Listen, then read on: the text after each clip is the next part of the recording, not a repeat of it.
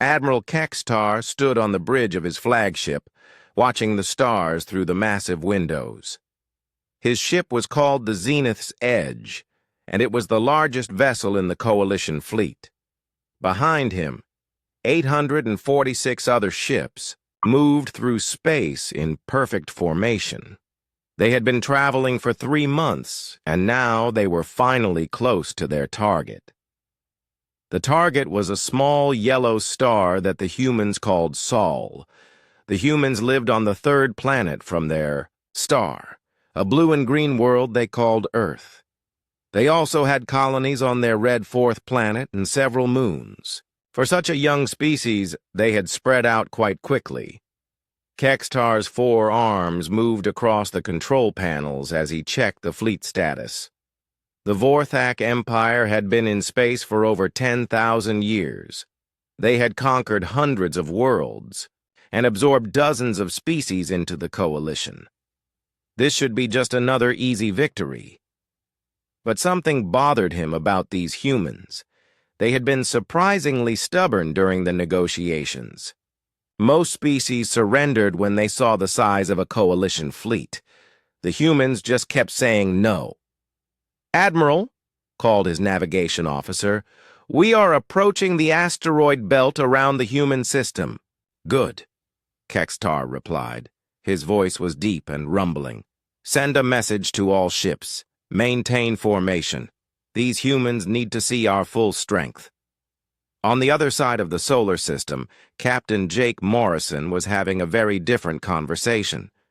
His ship, the New Horizon, was much smaller than any Coalition vessel.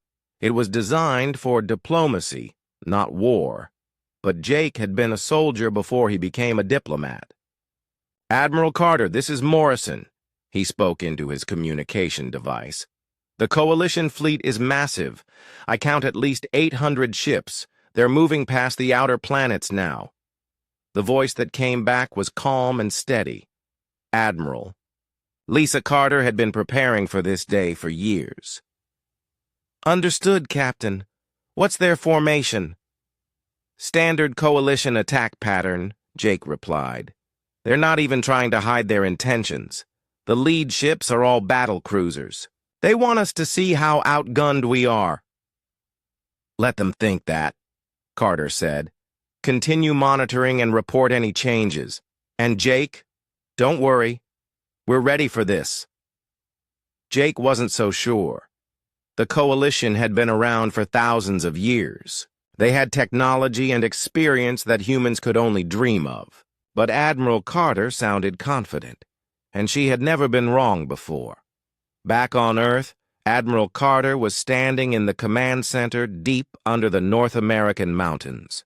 The room was filled with screens showing every ship in the solar system. Hundreds of technicians worked at their stations, coordinating humanity's defense. "Ma'am," called one of the technicians, "we're receiving the final diplomatic reports. Ambassador Torres says the negotiations have failed completely." Carter nodded. She had expected this. The Coalition didn't negotiate with species they considered inferior. They made demands and expected obedience. But humans had never been good at following orders from bullies. "Any word from the outer system?" she asked. "All stations report ready, Admiral. The automated systems are standing by for your command." Carter walked to the main display screen. It showed the entire solar system, with red dots marking Coalition ships and blue dots showing human vessels. The red dots vastly outnumbered the blue ones, but the screen didn't show everything. On the moon called Luna, General Nick Hayes was making his final preparations. The base he commanded was hidden under the lunar surface. For 20 years, it had appeared to be a simple research station. The Coalition scouts had dismissed it as unimportant. They had no idea what was really down there. "General," his aide reported, "all quantum relays are online. We can transmit the activation codes anywhere in the system instantly." "Good," Hayes replied. "And the power systems?" "Operating at full capacity. The fusion reactors are stable. We can maintain full power for months if necessary. Hayes looked at the massive control panel in front of him. Most of the switches and buttons were dark. But when Admiral Carter gave the word, this room would become the most important place in human space. In the asteroid belt, Captain Ben Clark was checking his own preparations. His ship, the Iron Maiden, had once been a mining vessel. Now it was armed with makeshift weapons and crewed by volunteers. Most of his crew had been miners and engineers just days ago. "Captain," called his weapons officer, "the mining charges are loaded and ready. We've got enough explosives to level a mountain." "Let's hope we don't need to use all of them," Clark said. "But if the Coalition wants a fight, we'll give them one they won't forget." His ship was one of 12 vessels that had volunteered for the most dangerous mission. They would be the first to face the Coalition fleet. Everyone knew it was likely a suicide mission, but no one had backed down. The Coalition fleet continued its advance through the solar system. Admiral Kexatar was pleased with their progress. The humans had only shown a few small ships so far. Nothing that could threaten even one of his escorts, let alone the main battle fleet. "Admiral," his sensor officer reported, "we're detecting some unusual energy readings from the outer system." "What kind of readings?" Kextar asked. "Unknown, sir. The signatures don't match anything in our database. They might be industrial facilities or power plants." Kextar dismissed the report with a wave of one hand. Young species often had crude power systems that produced strange readings. It was nothing to worry about. But if he had understood what those readings really meant, he would have ordered his fleet to retreat immediately.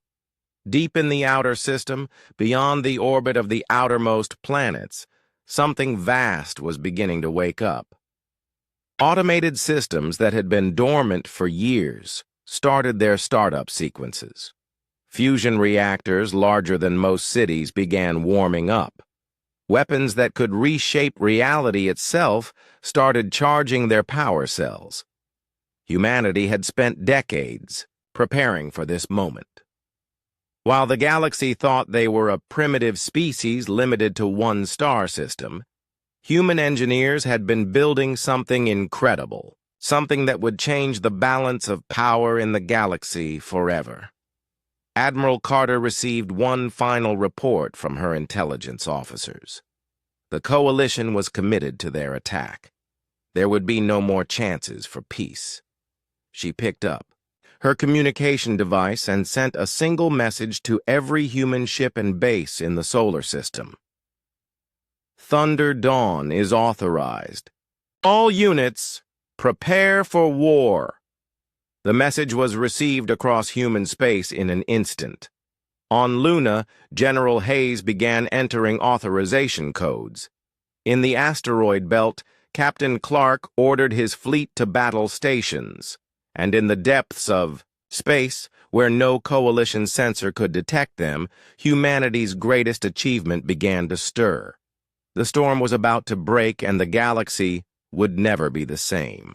The space station called Haven's Rest had been floating in neutral space for over 3,000 years. It was ancient even by galactic standards, built by a species that had disappeared long before the Coalition formed. The station served one purpose. It was the only place where different species could meet on truly neutral ground. Ambassador Ryan Torres stepped out of his shuttle and looked around the docking bay. The station was enormous, built from some kind of dark metal that seemed to absorb light. Strange symbols covered the walls, written in languages that no one could read anymore.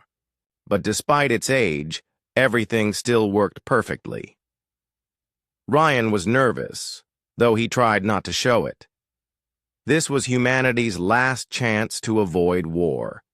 If these negotiations failed, millions of people might die.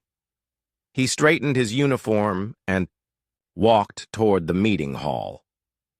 The main conference room was a massive circular chamber with a domed ceiling that showed the stars outside. 12 different species had sent representatives to this meeting. They sat around a curved table that could accommodate beings of very different sizes and shapes. Admiral Kextar was there, representing the Vorthak Empire. His species looked like giant lizards that walked on two legs. Their skin was dark green and covered with scales. Kextar wore a military uniform covered with medals and ribbons. Next to him sat the ethereal representative, whose name was something humans couldn't pronounce. The ethereals looked like living crystals that somehow moved and spoke. They communicated through harmonic frequencies that most species needed translators to understand.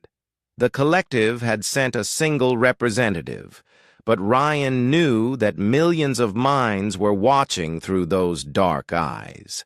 The collective species looked like insects, but they shared a group mind that spanned entire star systems. Ryan took his seat at the table and activated his translator. The device would convert his words into the languages of all the other species present. It would also translate their responses back into English. "Thank you all for coming," Ryan began. "Humanity hopes we can reach a peaceful agreement that benefits everyone." Admiral Kextar made a sound that the translator interpreted as laughter. "Ambassador Torres, let us be clear about the situation. Your species controls exactly one star system. The Coalition controls thousands. You are in no position to make demands." "We're not making demands," Ryan replied calmly. "We're offering partnership. Humanity has technologies and knowledge that could benefit the entire Coalition." The ethereal representative spoke in musical tones. "Your species is too young and aggressive. You have expanded to multiple worlds in less than 2 centuries. This shows dangerous ambition." "It shows initiative," Ryan countered. "Humanity has always been explorers. We push boundaries and solve problems. Those qualities could help the Coalition grow stronger." The collective representative spoke in a buzzing voice. "We have analyzed human behavior patterns. Your species shows excessive individualism. You cannot be integrated into proper galactic civilization without extensive modification." Ryan felt his temper rising, but forced himself to stay calm. "What kind of modifications?" "Genetic therapy to reduce aggression," Kextar said. "Neural conditioning to improve compliance. Population controls to limit expansion.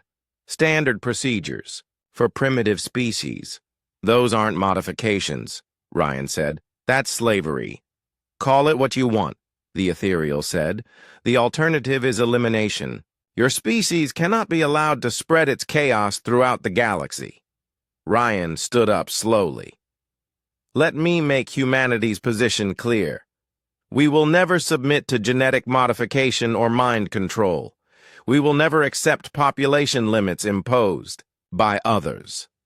And we will never bow to any species that thinks might makes right." "Then you are declaring war on the entire Coalition," Kextar said. His voice was pleased, as if this was the outcome he had wanted all along. "No," Ryan said. "We're declaring our independence. If you choose to attack us, that will be your decision, not ours." The room erupted in voices speaking in a dozen different languages. The translator struggled to keep up with all the overlapping conversations. Finally, Kextar raised his hand for silence. "Very well, Ambassador Torres. The Coalition will give humanity one final chance. You have 24 hours to submit to our authority.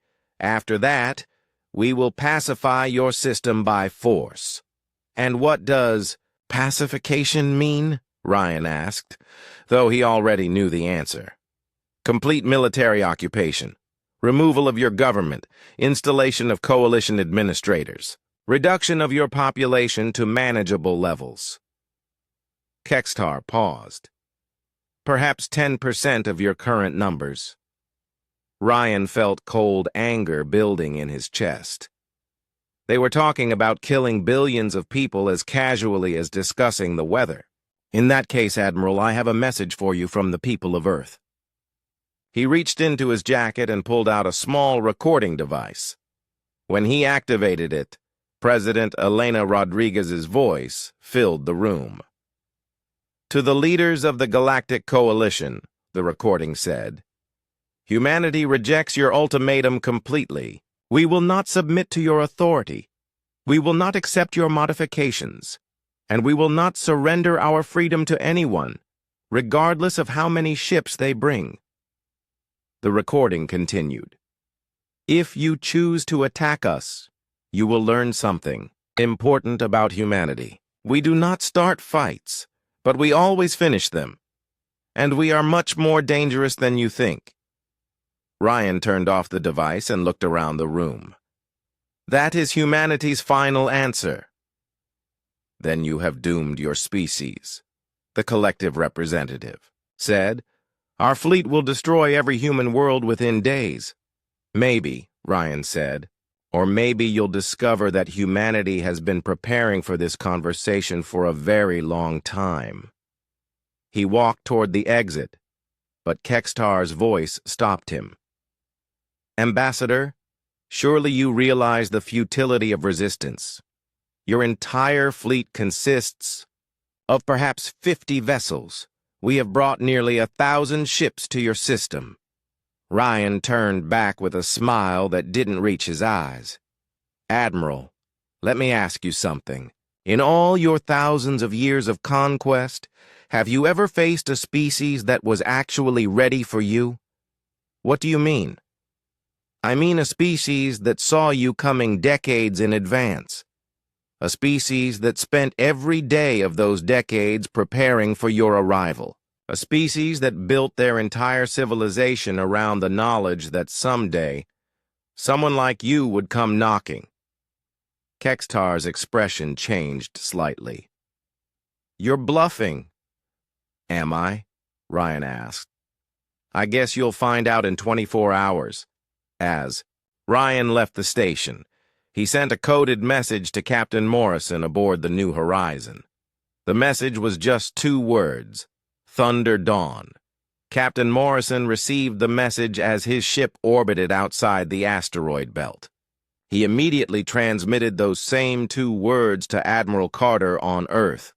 Within minutes, the message had reached every human ship and base in the solar system. On Luna, General Hayes began entering the final authorization codes. The massive computers under the lunar surface hummed to life, sending signals to receivers throughout the outer system. In the asteroid belt, Captain Clark received his orders and smiled grimly. His small fleet of converted mining ships began moving toward their intercept positions. They might be outnumbered, but they weren't outgunned. Not really. Admiral Carter stood in her command center, watching the displays as the Coalition fleet continued its approach. The alien ships moved in perfect formation, confident in their overwhelming superiority. Admiral, one of her technicians called out, outer system stations report ready. All primary systems are online. Understood, Carter replied. Begin final. Startup sequence. Deep in space, where the Coalition's sensors couldn't detect them, fusion reactors the size of city blocks began warming up. Weapon systems that violated several laws of physics started charging their power cells. And artificial intelligences more advanced than anything the Coalition had ever seen began running their final diagnostic checks. The galaxy was about to learn that humanity had not been idle during their centuries of isolation. While other species had grown comfortable and lazy after millennia of peace, humans had been building something that would change everything.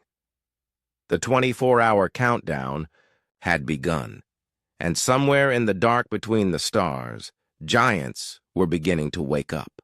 The news of the failed negotiations spread across human space faster than light itself. Quantum communication arrays that had been hidden for decades suddenly came alive, carrying messages between Earth, Mars, Luna, and the outer colonies. Everyone knew what was coming, and everyone knew their role. On Mars, engineer Maya Patel stood in the central control room of the Olympus Communications Array. The facility was built inside the largest volcano in the solar system, hidden from alien sensors. By kilometers of rock and sophisticated stealth systems. Maya had spent 15 years of her life building this place, and now she would finally see if it worked. "Status report," she called to her team of technicians. "All quantum relays are online," reported her assistant, David Kim. "We have perfect connection with Luna, Earth, and all outer system stations. Signal strength is at maximum." Maya looked at the main display screen. It showed a map of the entire solar system with communication links connecting every human installation. The network was her masterpiece. When the fighting started, every human ship and base would be connected instantly, sharing information and coordinating their response. "What about the deep space relays?" she asked. "All green, ma'am. Even the ones in the Kuiper Belt are responding perfectly." Maya nodded with satisfaction. The aliens thought they were facing a primitive species with basic technology. They had no idea that humanity had built a communication network more advanced than anything in coalition space. When the battle began, humans would have perfect coordination while the aliens would be operating blind. Her hands were shaking slightly as she made the final adjustments to the system. Not from fear, but from excitement. This was the moment she had been working toward her entire career. Soon, the galaxy would see what human engineers could accomplish when they put their minds to it. In the asteroid belt, Captain Ben Clark was making his own final preparations. His ship, the Iron Maiden, floated in the shadow of a massive asteroid, hidden from coalition sensors. Around him, 11 other vessels waited in similar hiding spots. All of Clark's ships had once been mining vessels or cargo haulers, but over the past 5 years, they had been quietly converted into something much more dangerous. The mining lasers had been replaced with military-grade particle beams. The cargo holds now carried missiles and torpedoes. The industrial shields had been upgraded with military armor. "Captain," called his weapons officer, Tony Martinez, "all mining charges are loaded and ready. We've got enough explosives to crack this entire asteroid field." "Good," Clark replied. "What about the gravity bombs?" 16 ready for deployment. Each one can create a localized gravity well strong enough to pull ships out of formation." Clark smiled grimly. The aliens expected to face primitive human weapons. Instead, they would discover that humans had turned industrial equipment into weapons of war. Mining charges became massive bombs. Gravity manipulators used for asteroid processing became space-time weapons. His crew was made up of volunteers from the asteroid mining colonies. None of them were professional soldiers, but they all knew the belt better than anyone. They could navigate through the chaotic gravitational fields and use the asteroids themselves as weapons. "Sir," his navigator called out, "long-range sensors detect the coalition fleet approaching. They'll be in weapons range in 6 hours." "Understood," Clark said. "Send a message to all ships. This is what we trained for. The aliens think they're hunting sheep. Let's show them they're fighting wolves." On Earth, President Elena Rodriguez stood before a crowd of reporters in the global capital. The press conference was being broadcast to every human world and colony. She knew that millions of people were watching, and that this might be her last speech as president. "My fellow humans," she began, "today we face the greatest challenge in our species' history. A vast alien fleet approaches our home, demanding our surrender and our freedom. They believe we are weak because we are young. They believe we are helpless because we are outnumbered." She paused, looking directly into the cameras. "They are wrong on both counts. For decades, humanity has been preparing for this day. While we explored and colonized, we also built and planned. While we negotiated for peace, we prepared for war. And while our enemies counted our ships and dismissed our capabilities, we were creating something they never imagined possible." Rodriguez's voice grew stronger. "Today, humanity will show the galaxy who we truly are. We are explorers and builders, scientists and engineers. We solve problems that others think impossible.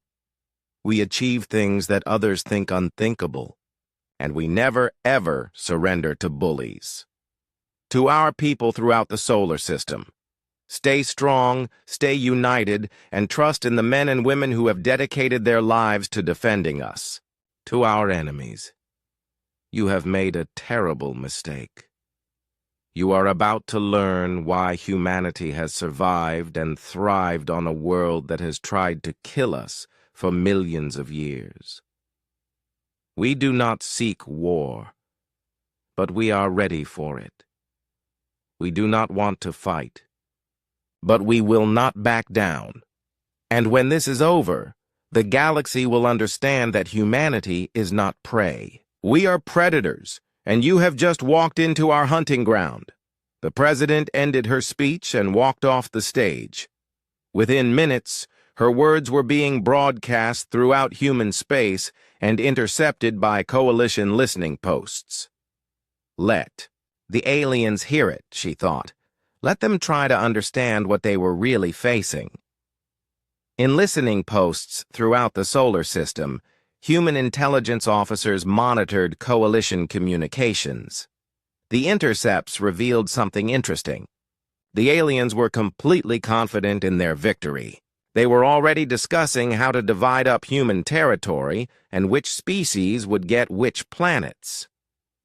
Lieutenant Carol Foster sat in a monitoring station on Europa, one of Jupiter's moons. Her job was to track coalition fleet movements and report any changes in their formation. What she heard in their communications made her angry. "They're talking about turning Earth into a vacation resort," she reported to her supervisor. "They want to keep some humans alive as servants and entertainers." "Typical coalition arrogance," her supervisor replied. "They'll learn soon enough." Carol continued listening to the alien chatter. The coalition commanders were casual in their discussions, as if the coming battle was nothing more than a training exercise. They had no idea what was waiting for them in the outer system. On Luna, General Nick Hayes made his final checks of the control systems. The lunar base was the heart of humanity's secret defense network. From here, he could coordinate every human vessel and weapon system in the solar system. "General," his aide reported, "all deep space assets report ready. The automated systems are standing by for activation. Power levels? All fusion reactors operating at full capacity. We can maintain maximum power for months if necessary." Hayes nodded and walked to the massive control panel that dominated the center of the room. Most of the switches and displays were dark, waiting for his authorization.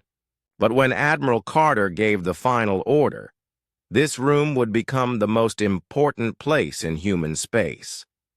He thought about his daughter, who was serving aboard one of the defense platforms orbiting Saturn.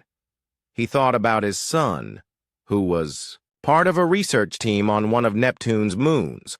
Both of them were probably as scared as he was, but they would do their duty. That was what humans did. When faced with impossible odds, they found a way to win. Deep in the outer system, automated, Systems continued their startup procedures. Massive fusion reactors warmed up slowly, following safety protocols that had been programmed decades earlier. Weapon systems ran diagnostic checks, ensuring that every component was functioning perfectly, and in the deepest, darkest regions of space, where no coalition sensor could detect them, 8 objects began to move. They had been waiting in cold sleep for 20 years, powered down and invisible. Now they were waking up, and when they were fully operational, they would be the most powerful weapons ever created by any species in the galaxy. The countdown continued. In less than 18 hours, the Coalition fleet would cross into the inner system and the battle would begin. Humanity was as ready as they could be. The calm before the storm was ending, and the galaxy was about to change forever. The Coalition fleet moved through the asteroid belt like a massive spear cutting through space.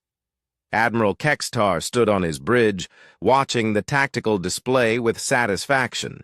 His ships maintained perfect formation despite the gravitational chaos of the asteroid field. This was the mark of a truly professional military force. "Admiral," his sensor officer reported, "we're detecting human vessels ahead. 12 ships, all small craft. They appear to be converted industrial vessels." Kextar looked at the display and almost laughed. The humans were actually planning to fight his entire fleet with a dozen mining ships and cargo haulers. It was either incredibly brave or incredibly stupid. Probably both. "What are their weapons capabilities?" he asked. "Primitive. Energy weapons, sir. Some projectile systems. Nothing that can penetrate our shields. They pose no threat to the fleet." "Nevertheless, we should destroy them quickly," Kextar said. "Send the forward escorts to eliminate these obstacles. I want them cleared from our path within the hour."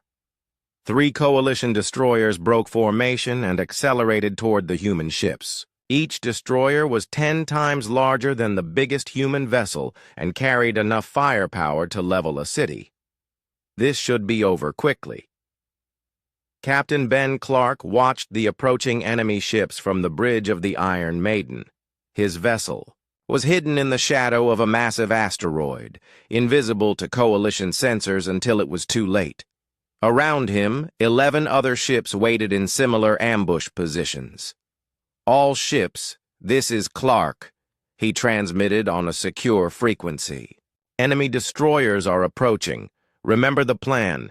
Hit fast, hit hard, and make them pay for every meter of space." Clark had spent 20 years working in the asteroid belt. He knew every rock, every gravitational anomaly, every safe passage through the chaotic field. The Coalition ships were following standard navigation protocols, which made them predictable. "Tony, are the mining charges ready?" he asked his weapons officer. "Ready, Captain. We've loaded the charges with enhanced explosives.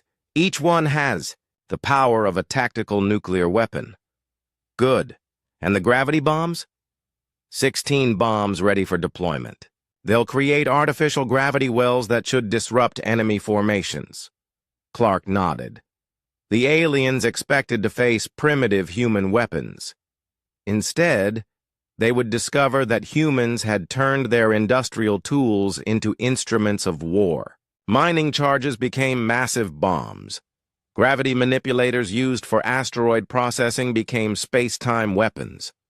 The first Coalition destroyer entered the kill zone, following a clear path between 2 large asteroids. It never detected the human ship hiding in the shadow of the smaller rock. "Fire!" Clark ordered.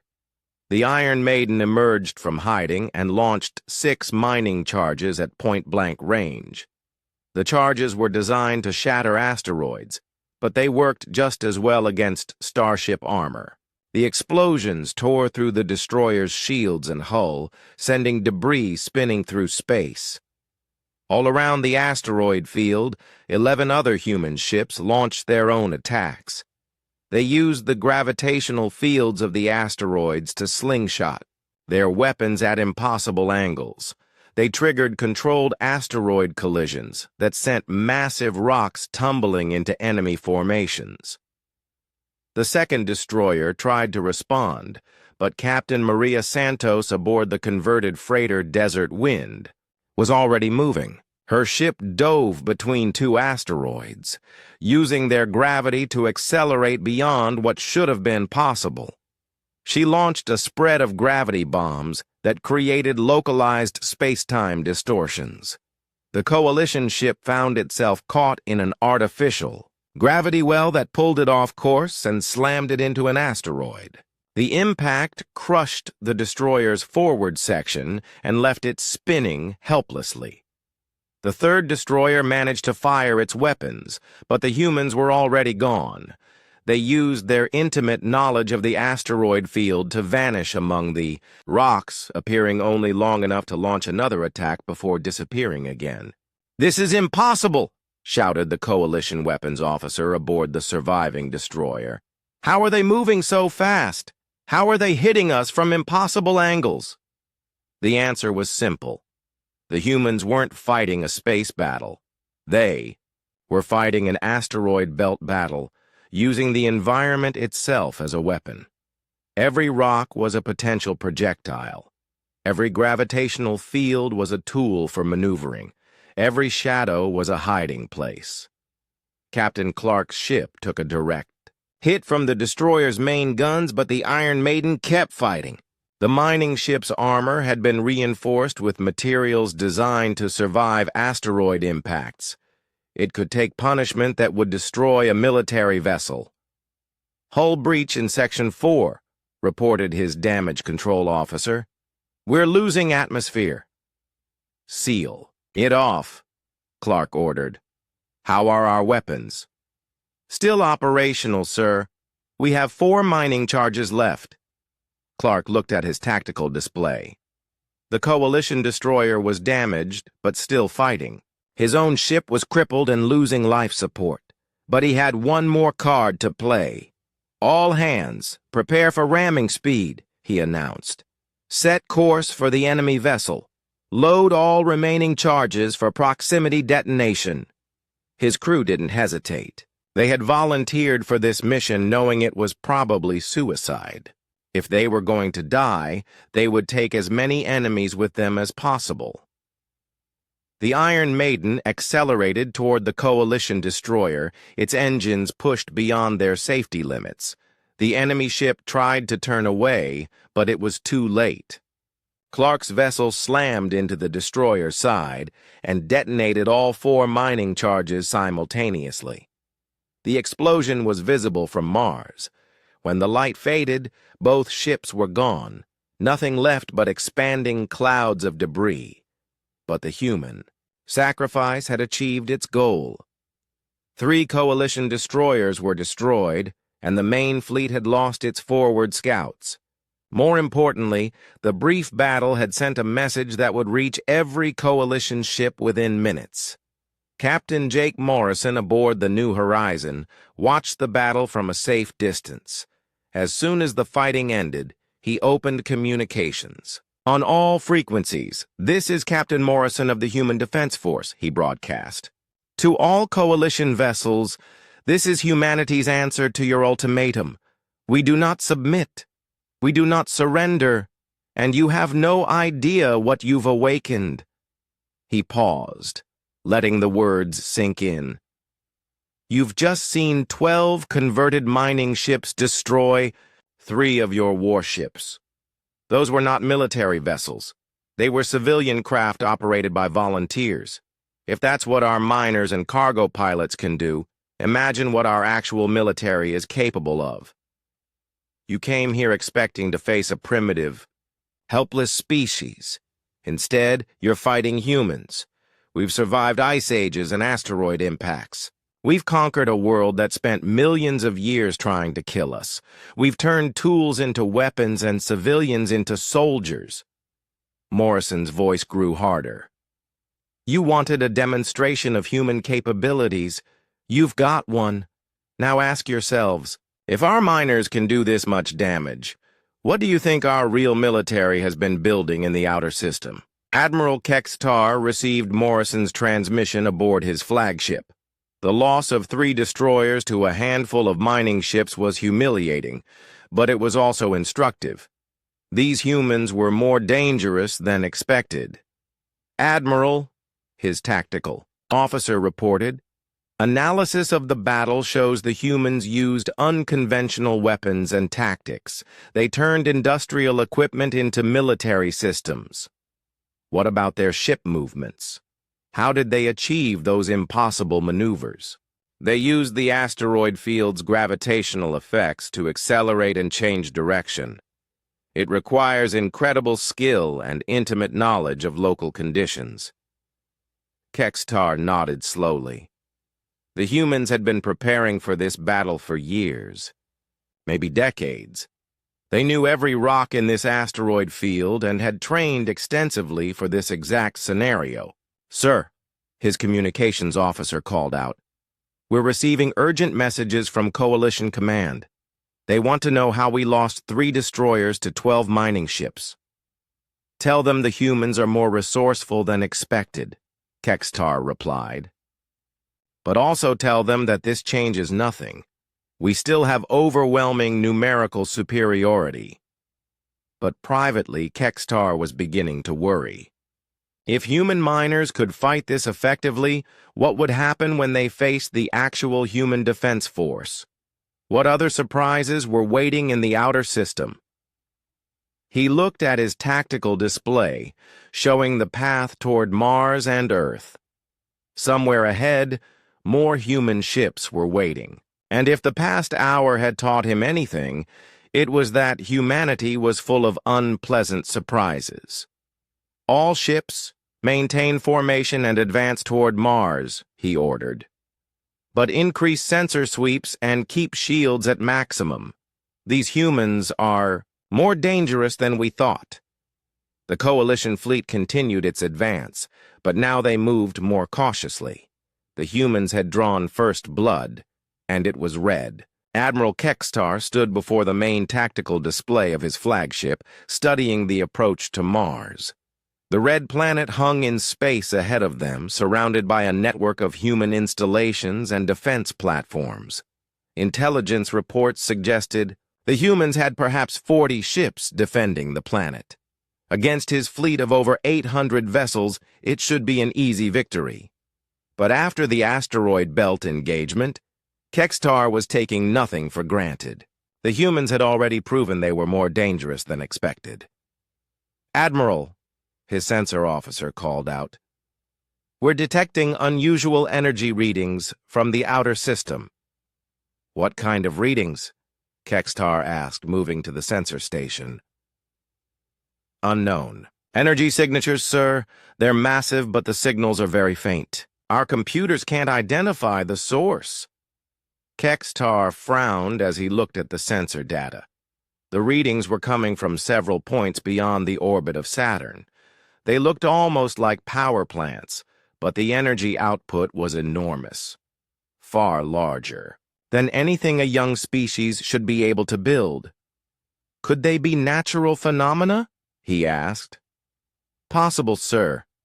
The outer system has many gas giants and unusual gravitational conditions, but the patterns seem too regular to be natural." "Keep monitoring those readings," Kextar ordered, "and increase long-range sensor sweeps. I want to know about any surprises before we encounter them." What Kextar didn't know was that he was looking at the energy signatures of humanity's greatest achievement. Deep in the outer system, 8 massive objects were completing their startup sequences. Objects that had been hidden in the cold darkness for 20 years were finally coming online. Dr. Sam Rivera stood in the command center of the lead vessel, watching his instruments as the ship's systems completed their final checks. The command center was enormous, with walls lined with displays and control panels. At the center of the room stood a single chair surrounded by holographic displays. "All systems online," reported his chief engineer, Lieutenant Commander Amy Walsh. fusion cores operating at full capacity, gravity manipulators charged and ready, weapon systems armed. Rivera nodded and took his seat in the command chair. Around him, three-dimensional displays showed every system on the ship. The vessel was 3 kilometers long and massed more than a small moon. It was the largest mobile object ever built by humanity. "Atlas," Rivera called out. "Status report." A calm artificial voice responded from speakers throughout the command center. "All primary systems are operational, Dr. Rivera. Engines are ready for full power. Weapons are charged. Defensive systems are active. I am ready to engage." Atlas was more than just a computer. It was an artificial intelligence that had been designed specifically to operate this vessel.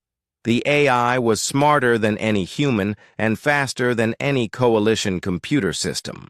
When the fighting started, Atlas would be controlling weapons that could reshape reality itself. "What's our position relative to the coalition fleet?" Rivera asked. "The enemy force is currently 6 hours from Mars," Atlas replied. "They remain unaware of our presence. Stealth systems are functioning perfectly." Rivera smiled. The humans had learned from studying captured coalition technology that most alien species relied heavily on sensor networks to detect threats. But human stealth systems were based on different principles.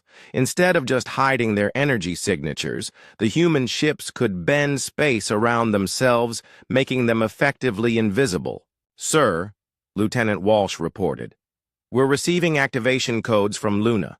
Admiral Carter is authorizing final battle preparations." "Understood," Rivera said. "Atlas, begin moving us into position, and send a message to the other ships. It's time to wake up the giants." Throughout the outer system, 7 other massive vessels received similar activation orders. Each one was a masterpiece of human engineering, built using technologies that pushed the boundaries of physics itself. They had names that reflected their power: World Shaker, Starbreaker, Void Crusher, Planet Render, Space Ripper, Reality Bender, and Time Shaper. Captain Tony Rodriguez commanded the World Shaker from a bridge that looked more like a cathedral than a military vessel. The ceiling was transparent, offering a perfect view of the stars above. The ship's fusion reactors were so powerful that they could be seen as points of light through the deck plating. "All stations report ready," his executive officer announced. "Gravity manipulation systems are online. We can create localized black holes on command." Rodriguez had been a theoretical physicist before joining the military. He understood the science behind their weapons better than most.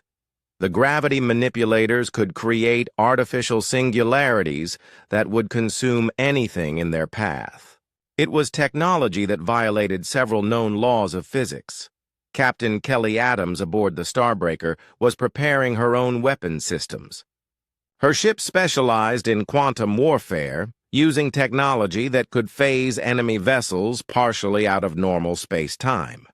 It was a weapon that no coalition species had ever encountered because none of them had discovered the underlying physics: quantum. "Mines are loaded and ready," her weapons officer reported. "Each mine can shift an entire ship into a parallel dimension." "Good," Adams replied. "The aliens are about to learn that humans don't just fight in 3 dimensions. All 8 ships began moving toward the inner system, their massive forms cutting through space with impossible grace. Each vessel was equipped with engines that could manipulate gravity itself, allowing them to accelerate and maneuver in ways that defied conventional physics. On the bridge of his flagship, Admiral Kextar suddenly noticed a change in the sensor. "Readings. The energy signatures from the outer system were getting stronger and moving." "Admiral," his sensor officer called out urgently, "those energy sources are approaching us. They're moving at incredible speed." "How fast?" Kextar demanded. According to our instruments, they're traveling at nearly 1/4 light speed, but that's impossible for objects of that size. Kextar stared at the display. The readings showed 8 massive objects approaching from different directions. Each one was larger than his flagship, and they were moving faster than anything in the Coalition database. Sir, his tactical officer added, the objects are too large to be starships. Our computers classify them as small moons or asteroids, but asteroids don't move under their own power. For the first time since the invasion began, Kextar felt a cold touch of fear. How long until they reach us? At their current speed, approximately 4 hours. Kextar turned to his communications officer. Send a message to all ships. Increase to maximum alert status. Prepare for possible engagement with unknown vessels. But even as he gave the orders, Kextar suspected it might be too late. The humans had hidden these massive ships for decades, keeping them secret until the moment of battle. Whatever they were, they represented technology far beyond anything the Coalition possessed. Admiral Lisa Carter stood in her command center on Earth, watching the tactical displays as her Titan-class vessels moved into position. Each ship was the result of 20 years of research and development. They represented the absolute pinnacle of human engineering and scientific achievement. Admiral, her communications officer reported, Captain Morrison is requesting permission to contact the Coalition fleet. Granted, Carter replied. It's time to give them a chance to surrender. Captain Morrison opened a channel to the Coalition flagship. His voice carried across space to Admiral Kextar's bridge with perfect clarity. Admiral Kextar, this is Captain Morrison of the Human Defense Force. I am authorized to offer you one final opportunity to withdraw from our system peacefully. Kextar's response was immediate. Captain Morrison, you are in no position to make demands. We outnumber your forces 10-1. Do you? Morrison asked. Admiral, I suggest you check your long-range sensors again. You might be surprised by what you find. Kextar looked at his sensor displays. The 8 massive objects were now clearly visible, approaching from multiple directions. Their energy signatures were unlike anything in Coalition databases. What are those things? Kextar demanded. Those, Morrison said with quiet pride, are Titan-class vessels of the Human Defense Force. Each one represents 20 years of human engineering and determination. They are the most powerful ships ever built by any species in the galaxy. Morrison paused, letting the information sink in. Admiral, you came here expecting to face a primitive species with basic technology. Instead, you're about to encounter the full might of human innovation. Our ships don't just carry weapons, they carry technologies that can reshape reality itself. We still outnumber you, Kextar said, but his voice had lost its confidence. Numbers don't matter when you're fighting gods, Morrison replied. Each of our Titan-class vessels is more powerful than your entire fleet. They can manipulate gravity, bend space-time, and rewrite the laws of physics in local areas. The communication channel remained open as both fleets continued their approach. In 4 hours, they would meet in the space between Mars and Jupiter. When they did, the galaxy would witness the most one-sided battle in recorded history. But first, humanity would give the Coalition one last chance to avoid annihilation. The space between Mars and Jupiter had become the most important battlefield in galactic history. 2 fleets faced each other across millions of kilometers of empty space, representing not just different species, but entirely different philosophies of war. Admiral Kextar stood on his bridge, staring at the tactical display with growing disbelief. The 8 human vessels were now clearly visible on his sensors, and they defied everything he thought he knew about starship design. Each one was massive beyond comprehension, larger than some of the asteroid bases the Coalition used as fleet. Depots. Admiral, his science officer reported, we've completed our analysis of the human vessels. They're each approximately 3 kilometers in length and appear to mass several billion tons. How is that possible? Kextar demanded. No known. Technology can build ships that large and still make them maneuverable. That's not the most disturbing part, sir. Our sensors indicate they're using some form of gravity manipulation for propulsion. They're literally bending space-time around themselves to move. Kextar felt his confidence crumbling. The Coalition had conquered hundreds of worlds, but they had never faced technology like this. What about their weapons? Unknown, sir. We're detecting massive energy buildup in various sections of each ship, but the readings don't match any known weapon system. On the bridge of the Earthbreaker, Dr. Sam Rivera was having a very different conversation with his artificial intelligence companion. The ship's command center was a marvel of human engineering, with holographic displays showing every detail of the approaching battle. Atlas, Rivera said. Status of Coalition fleet? 843 vessels remaining, the AI replied in its calm, artificial voice. They are maintaining standard Coalition battle formation. Their weapons are powered, but not yet targeted on our position. Do they understand what they're facing? Negative, Dr. Rivera. Coalition technology is approximately 200 years behind our current capabilities. They are operating under the assumption that this is a conventional space battle. Rivera nodded grimly. That was humanity's greatest advantage. While the Coalition had grown comfortable with their technological superiority, humans had never stopped innovating. They had pushed the boundaries of physics itself to create weapons that most species would consider impossible. Sir, Lieutenant, Commander Walsh reported, we're receiving a transmission from Admiral Carter. She's authorizing final diplomatic contact. Put her through, Rivera said. Admiral Carter's voice filled the command center. Dr. Rivera, open a channel to the Coalition flagship. I want to give them one last chance to avoid destruction. Channel. Open, Admiral. Carter's voice now broadcast across both fleets. Admiral Kextar. This is Admiral Lisa Carter, commanding the Human Defense Force.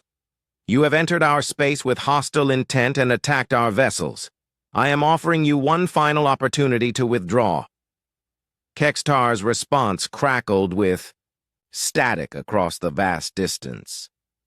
Admiral Carter, we have nearly 1,000 ships. You have 8. Even if your vessels are larger than ours, you cannot possibly match our firepower. Admiral, Carter replied patiently, you're thinking in terms of conventional warfare. Our ships don't carry conventional weapons. They carry technologies that can manipulate the fundamental forces of the universe. There was a long pause before Kextar responded. You're bluffing. Am I? Let me demonstrate. Atlas, target the asteroid designated Charlie 7 with a minimum power gravity pulse. Rivera looked at his displays. Charlie 7 was a small asteroid floating between the two fleets, roughly the size of a city block. It was perfect for a demonstration. Gravity lance charged and ready, Atlas reported. Firing minimum power pulse. A beam of invisible energy reached out from the Earthbreaker toward the asteroid. To most observers, nothing seemed to happen. Then Charlie 7 simply vanished, compressed into a point of infinite density before disappearing entirely. The silence on the communication channel stretched for long minutes. Finally, Kextar's voice returned, much less confident than before. What happened to the asteroid? We compressed it into a gravitational singularity, Carter explained. That was our gravity lance operating at less than 1% power. At full power, it can do the same thing to a starship. Or a planet. Impossible, Kextar whispered. Admiral, your people have been in space for thousands of years, but you've grown complacent. You've forgotten that the universe is full of dangerous species willing to do whatever it takes to survive. Humanity has only been in space for a few centuries, but we've never stopped pushing boundaries. Carter's voice hardened. You came here expecting to face a primitive species. Instead, you're facing humans. We split the atom. We conquered a world that spent millions of years trying to kill us. We built machines that think and weapons that reshape reality. And we've had 20 years to prepare for your arrival. Another asteroid was suddenly caught in a localized space-time distortion created by the Starbreaker. The rock stretched and twisted before phase-shifting partially out of normal space, leaving only a ghostly outline visible to optical sensors. That was our quantum phase cannon, Carter continued. It shifts matter into parallel dimensions. Your shields won't protect you because the attack bypasses three-dimensional space entirely. Kextar was beginning to understand the magnitude of his mistake, but he was a coalition admiral with a reputation to maintain. We still outnumber you, he said, though his voice lacked conviction. Numbers don't matter when your weapons can't. Hurt us and ours can destroy you instantly, Carter replied. Admiral, I'm going to give you a choice. Withdraw your fleet immediately, and we'll let you leave unharmed. Continue this attack, and we'll destroy every ship you brought. You're 8 ships against 800, Kextar protested. Even with advanced weapons, you can't possibly... He was interrupted by a nervous ethereal gunner aboard one of the Coalition cruisers. The crystalline being had been watching the human demonstrations with growing terror. When the Earthbreaker began charging its main weapon again, apparently targeting the cruiser itself, the gunner panicked and fired a plasma torpedo without authorization. The torpedo streaked across space toward the massive human ship. It was one of the Coalition's most powerful weapons, capable of destroying a city with a single hit. Every being in both fleets watched as the missile approached its target. The plasma torpedo struck the Earthbreaker directly amidships, creating an explosion that could be seen from Mars. For a moment, the human ship disappeared in a ball of superheated plasma. When the explosion faded, the Earthbreaker was completely undamaged. The torpedo hadn't even scratched its hull. Well, Admiral, Carter's voice said dryly, that answers the question of whether your weapons can hurt us. Admiral Kextar stared at his displays in horror. The Coalition's most powerful weapon had done absolutely nothing to the human ship. It was like throwing rocks at a mountain. Admiral Carter, he said desperately, surely we can negotiate. The time for negotiation is over, Carter interrupted. You have chosen war. Atlas, you are authorized to engage. Dr. Rivera felt a moment of sadness as he gave the final order. Humanity had never wanted this fight, but the Coalition had forced their hand. Atlas, he said quietly, eliminate the E. Coalition flagship. Acknowledged, Dr. Rivera. Charging gravity lance to full power. The Earthbreaker's main weapon drew power from fusion reactors that burned hotter than most stars. Space itself began to bend around the ship as gravity manipulators created forces that violated everything scientists thought they knew about physics.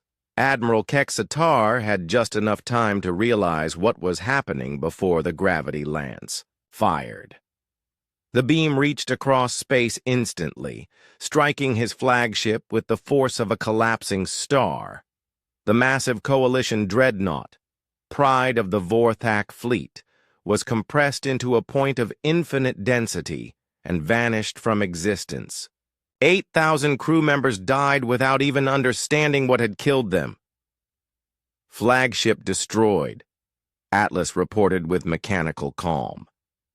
Remaining coalition vessels are attempting to withdraw, but it was too late for retreat.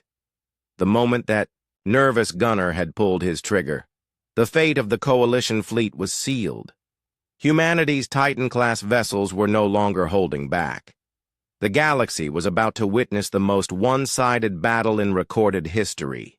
The destruction of the coalition flagship changed everything in an instant. What had been a tense standoff became a massacre as 8 human Titan-class vessels unleashed weapons that rewrote the laws of physics in local space. Captain Tony Rodriguez stood on the bridge of the World Shaker, watching his tactical displays as coalition ships tried desperately to escape. The enemy vessels were fast, but they were still limited by conventional physics. His ship was not. "Commander Hayes," he called to his weapons officer, "target the fleeing cruiser squadron. Show them what gravitational warfare really means." "Yes, sir." Activating gravity manipulation array. The World Shaker had been designed around a single devastating weapon, a gravity manipulator that could create artificial black holes. The technology was based on theoretical physics that most species hadn't even discovered yet. Rodriguez watched as space itself began to bend around his ship. The fusion reactors that powered the gravity array drew energy equivalent to a small star. When the weapon fired, it didn't launch a projectile or beam. Instead, it created a localized gravitational singularity directly among the fleeing coalition ships. The black hole formed instantly, its event horizon expanding to engulf 6 coalition cruisers. The massive ships were pulled into the artificial singularity and compressed beyond the molecular level. Within seconds, vessels that had conquered dozens of worlds were reduced to nothing more than gravitational distortions. 6 targets eliminated, Commander Hayes reported calmly. "Black hole is collapsing on schedule. No residual gravitational effects." Rodriguez nodded with grim satisfaction. The coalition had never faced weapons like this because they had never imagined them. Most species thought of gravity as a force to be overcome, not harnessed. Humans thought differently. Across the battlefield, Captain Kelly Adams aboard the Starbreaker was demonstrating her own brand of impossible warfare. Her ship specialized in quantum manipulation, using technology that operated in dimensions most species couldn't perceive. "Lieutenant Park," she called to her weapons officer, "deploy quantum mines around the enemy destroyer group. Let's show them what 4-dimensional warfare looks like." "Quantum mines deployed, Captain. Initiating phase shift in 3, 2, 1. The space around 12 coalition destroyers suddenly became unstable. The quantum mines created localized distortions in spacetime that shifted the enemy vessels partially into parallel dimensions. From the outside, the ships became ghostly, translucent images of their former selves. "Phase shift complete," Lieutenant Park reported. "Enemy vessels are now existing in approximately 63% normal space. Their weapons and engines are non-functional." Adams smiled coldly. The coalition ships were now trapped between dimensions, unable to fight, flee, or even communicate. They would drift helplessly until their life support failed, visible but untouchable. "Leave them," she ordered. "Let the survivors spread word about what happens when you attack humanity." On the bridge of the Earthbreaker, Dr. Rivera was coordinating the overall battle through his AI companion, Atlas. The artificial intelligence processed tactical information faster than any biological mind could comprehend, directing 8 Titan-class vessels with perfect efficiency. "Atlas status report," Rivera requested.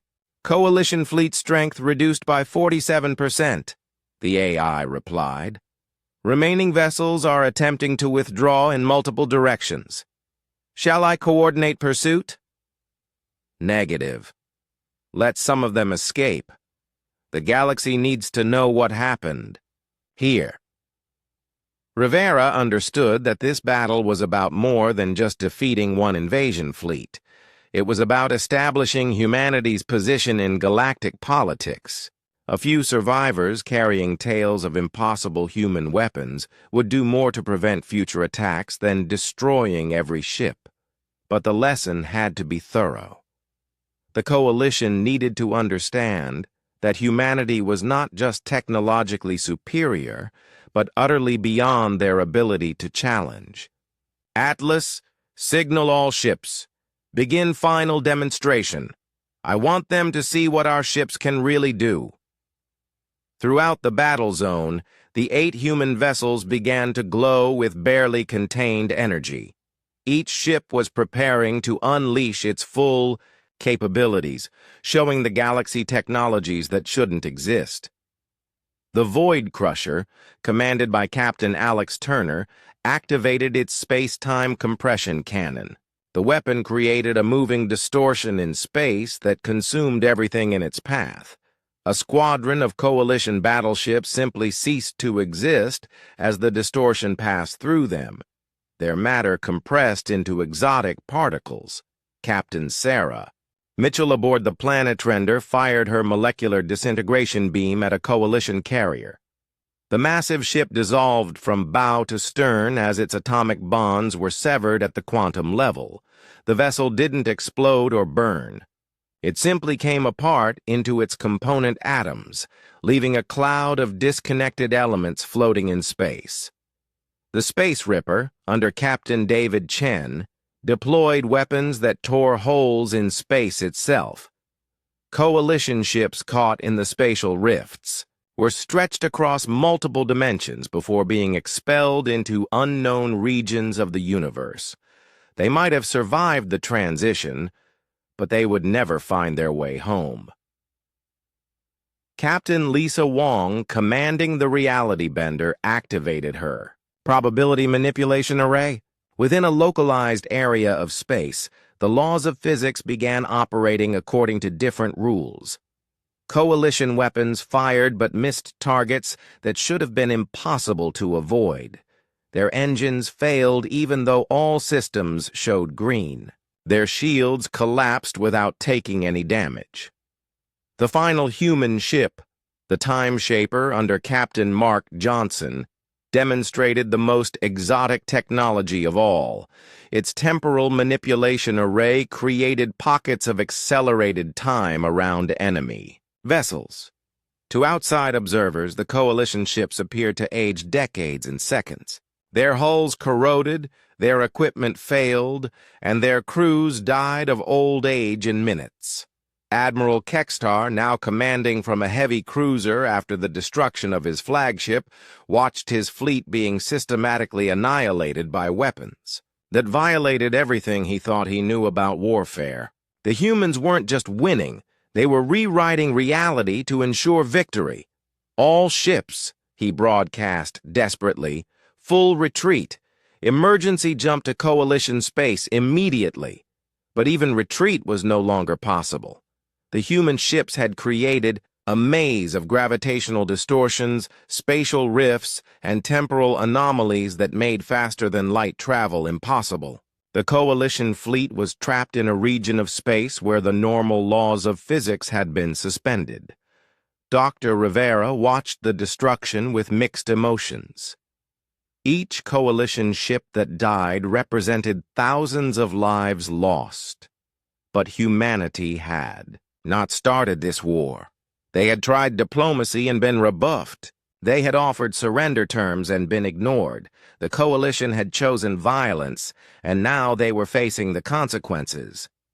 "Sir," Lieutenant Commander Walsh reported, "we're receiving surrender signals from multiple Coalition vessels." "Accept all surrenders," Rivera ordered. "But make it clear that any ship attempting to flee or fight will be destroyed instantly."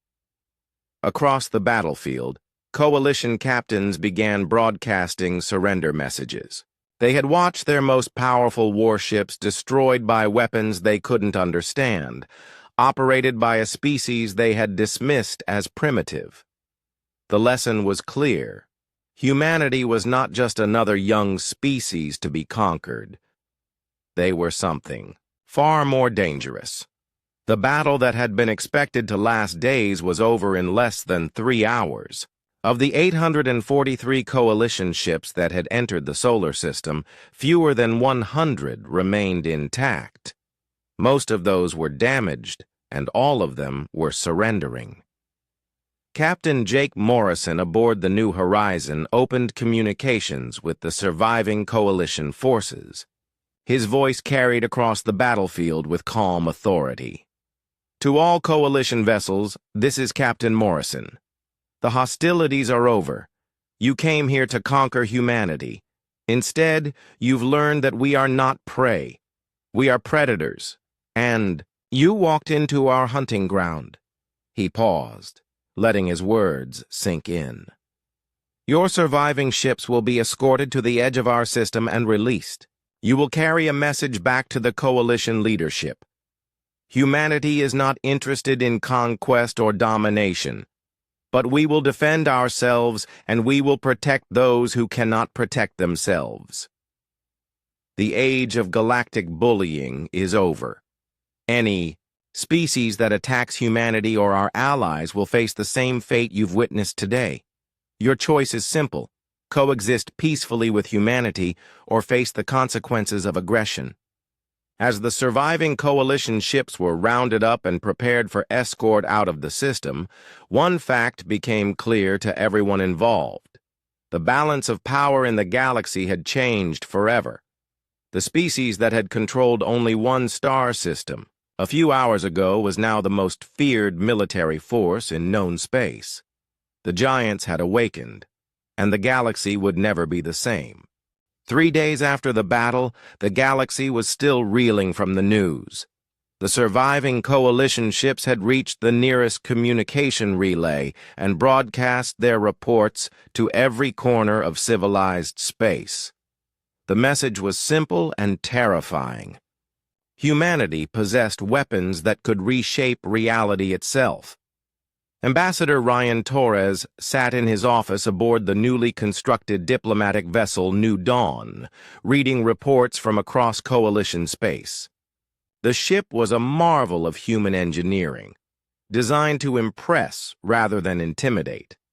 But everyone who saw it knew that it was built by the same species that had created the Titan-class destroyers. "Mr. Ambassador," his aide announced, "you have another communication request. This one is from the Crystalline Collective." Torres smiled. That made 12 different coalition species requesting immediate diplomatic contact in the past day. The same aliens who had dismissed humanity as primitive 3 days ago were now desperate to avoid their wrath. "Put them through," Torres said. The holographic display showed the representative of the Crystalline Collective, a being that looked like living crystal but moved with obvious nervousness. When it spoke, its voice chimed like wind through glass. "Ambassador Torres, I am Speaker, Resonance of the Crystalline Collective. We wish to formally apologize for our participation in the invasion of your system." "I appreciate that, Speaker Resonance," Torres replied calmly. "What does the collective propose to do about the situation?" "We offer full reparations for any damage caused by our vessels. We also propose a formal treaty of non-aggression and mutual trade benefits." Torres nodded. It was the same offer he had received from 9 other species that day. The coalition was falling apart as each member race scrambled to make individual peace with humanity. "I'll consider your proposal," Torres said, "but understand that humanity's terms have changed since your invasion. We're no longer interested in simply being left alone. On Earth, President Elena Rodriguez was addressing a joint session of the Global Council. The chamber was packed with representatives from every nation and colony, all eager to hear how humanity would use its newfound power. 3 days ago, Rodriguez began, we faced extinction at the hands of a galactic coalition that viewed us as insects to be crushed. Today, we are the most feared military power in known space. This transformation brings both opportunities and responsibilities. She paused, looking out at the assembled delegates. Some of you have suggested that we use our Titan-class fleet to conquer coalition space. Others propose that we simply withdraw from galactic affairs entirely. Both approaches would be mistakes. Humanity has never been a species of conquerors.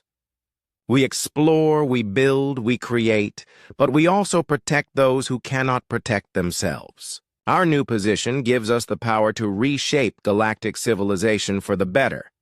The President activated a holographic display showing the current political situation in coalition space. 17 different species have requested human protection from coalition oppression. 12 more have applied for formal alliance status. The old order is crumbling, and we have the chance to build something better. I propose that we establish the Terran Commonwealth, a voluntary association of species dedicated to mutual defense and technological advancement. Unlike the coalition, membership will be freely chosen and freely revoked. Unlike the coalition, smaller species will have equal voice with larger ones. The delegates erupted in discussion. The idea of humanity leading a galactic confederation would have seemed absurd a week ago. Now it was not just possible, but inevitable. In the outer system, work was already beginning on the next generation of human vessels. The Titan-class ships had ended one war, but Admiral Lisa Carter knew there would be others. The galaxy was vast, and humanity had made enemies of some very powerful species. Admiral, her chief engineer reported, the new shipyards are ahead of schedule. We can begin construction of the Genesis-class vessels within 6 months. Carter nodded. The Genesis-class ships would be even larger and more powerful than the Titans. They would carry not just weapons, but entire fleets of smaller vessels. Each one would be a mobile base capable of projecting human power across the galaxy. What about the quantum communication network? She asked. Installation complete throughout human space. We can coordinate fleet movements across thousands of light years. Instantly, Carter smiled. The coalition had taken thousands of years to build their communication network. Humanity had surpassed it in less than a decade. On the bridge of the Earthbreaker, Dr. Sam Rivera was receiving reports from across the galaxy. The massive ship was now serving as humanity's mobile embassy, visiting systems where coalition authority was collapsing. Atlas, he said to the ship's AI, analysis of galactic political situation. Coalition Central Authority has effectively collapsed, Atlas replied. 17 member species have declared independence. 23 others are in active rebellion. The remaining species are requesting human mediation to prevent civil war. What about the core coalition worlds? The Vorthak Empire, Ethereal. Collective and 3 other founding species are attempting to maintain control through military force. However, their fleet strength has been reduced by 60% due to defections and battle losses. Rivera nodded. The coalition's 1,000-year reign was ending, but its collapse would create chaos across the galaxy. Humanity would need to act quickly to establish stability. Set course for the Centauri Alliance, he ordered. They've requested assistance against coalition occupation forces. As the Earthbreaker jumped to faster-than-light speed, Rivera reflected on how much had changed. A week ago, humanity had been struggling to maintain independence. Now they were being asked to liberate entire civilizations. Captain Jake Morrison, aboard the New Dawn, was having a different kind of conversation. He was meeting with representatives of the Free Colonies, a group of human settlements that had been established outside Coalition space. "Captain," the colonial representative said, "we've been hiding from the Coalition for 50 years. Now you're telling us we can come home?" "More than that," Morrison replied. "Humanity is offering protection to any species that wants to join the Commonwealth. The age of hiding is over." The colonial representative shook his head in amazement. "A week ago we were refugees. Now we're part of a galactic superpower." "That's the thing about humans," Morrison said with a smile. "We don't stay down long." Messages were flowing between human installations throughout the galaxy, coordinating the establishment of the new order. Species that had been oppressed for centuries were declaring independence. Young civilizations that had been forced into Coalition membership were choosing freedom, but not everyone was happy with the changes. In the depths of Coalition space, the remaining leadership was planning their response to humanity's rise. They had lost one fleet, but they had others. They had ruled the galaxy for 1,000 years, and they weren't about to give up without a fight. Admiral Vexhan of the Vorthak Empire stood before a holographic display showing the location of every known human installation. His species had conquered hundreds of worlds, and they weren't intimidated by a few advanced ships. "The humans may have superior technology," he told his assembled fleet commanders, "but they are still limited to one star system. We will gather every ship from every Coalition world. We will build a fleet so large that even their impossible weapons cannot stop us." "Sir," one of his officers asked, "what if they have more ships than they revealed?" "Then we will find their hidden bases and destroy them," Vexhan replied. "The humans made one mistake. They let some of our ships escape. Those survivors saw their fleet strength. 8 ships, no matter how powerful, cannot defend an entire galaxy." What Admiral Vexhan didn't know was that humanity's 8 Titan-class vessels were just the beginning. Deep in the outer system, construction was already underway on weapons that would make the Titans look primitive. The Genesis-class ships would carry reality-altering weapons that could destroy entire star systems, but more importantly, humanity was no longer alone. Across the galaxy, newly freed civilizations were sharing their technology and resources. The Commonwealth was growing stronger every day, while the Coalition grew weaker. President Rodriguez ended her address to the Global Council with words that would echo across the galaxy. "Today marks the beginning of a new age. An age where might does not make right. An age where young civilizations are protected, not conquered. An age where the galaxy's greatest resource is not territory or power, but the diversity of its peoples. Humanity did not seek this responsibility, but we will not shirk from it. We will build a commonwealth based on freedom, cooperation, and mutual respect. And we will defend that commonwealth against any who would destroy it." As the president's words spread across human space and beyond, one thing became clear to everyone listening. The galaxy had entered a new era. The old order was dead, and in its place, humanity was building something that had never existed before, a truly free galactic civilization. The age of human dominance had begun, but it would be a dominance based not on conquest, but on the simple revolutionary idea that all sentient beings deserved freedom. The galaxy would never be the same again.